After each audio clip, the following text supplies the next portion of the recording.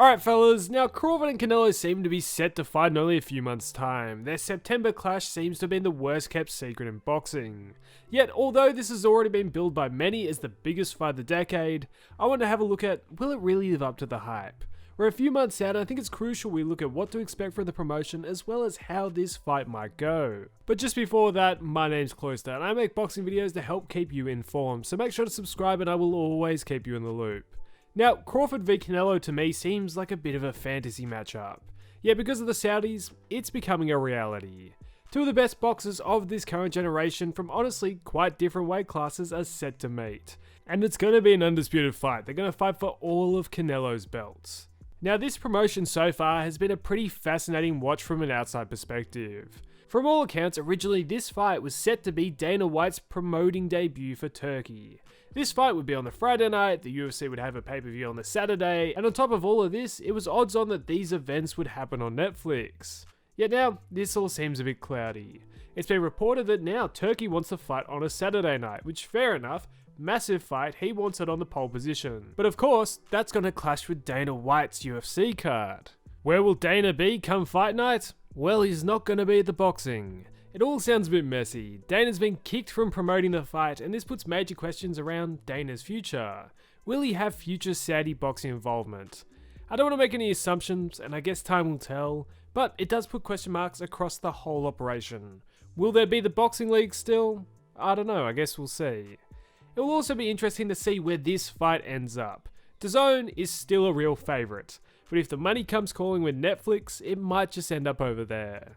Netflix doesn't really want to host too many boxing events, but they do want to broadcast both Canelo Crawford and Fury Joshua.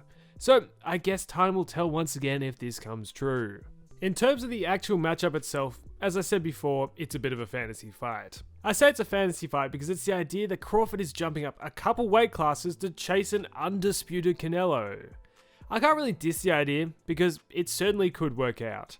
The Eubank Ben fight a few weeks ago was the perfect example of that. Ben jumped up a couple weight divisions, the weight difference was massive, but it didn't take away from it being an entertaining fight. The main difference between those two fights though is Crawford is substantially older than Ben, whilst he's also older than Canelo. We haven't seen Crawford in action for a little while now, since the Madrimov fight. That's because he's in hiding, he's stacking on those pounds. The question that I've seen many other people asking about this fight is when else in boxing history has a fighter jumped up 2 divisions and won a fight against the younger champion?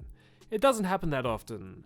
But we have seen weird jump ups before, such as when Roy Jones Jr. jumped up from light heavy to fight John Ruiz at heavyweight and beat him to claim the WBA heavyweight championship. So, if Crawford manages to pull off this challenge, he will join a select group of champions to pull off historic weight jumps, with his being one of the more impressive. But at the age of 37 and a couple weeks off 38 come fight week, will he do the impossible? Well, I think there's absolutely a possibility he could. Both are coming off incredibly mediocre performances. Canelo's resume of late has been massively mediocre. He's fought cherry picks mainly for the last few years and avoided most of the real challenges within his division. Even when he fought Bivol, at the time that was looked at as a cherry pick. And don't give me revisionist history, that was the case. The likes of Skull, Belanga and Munguia haven't really tested Canelo. The last true challenge he faced was Bivol, but it's been a fair amount of weaker opponents since. So even with the weight jump, Crawford is the biggest challenge Canelo has had to take in a good few years now. Now, Canelo is quite small for his weight, but they both started at a fairly light division. Canelo just has climbed the divisions a bit quicker. They're both 5'8" and Crawford surprisingly has a 4-inch reach advantage. Now, what would either fighter have to do to win?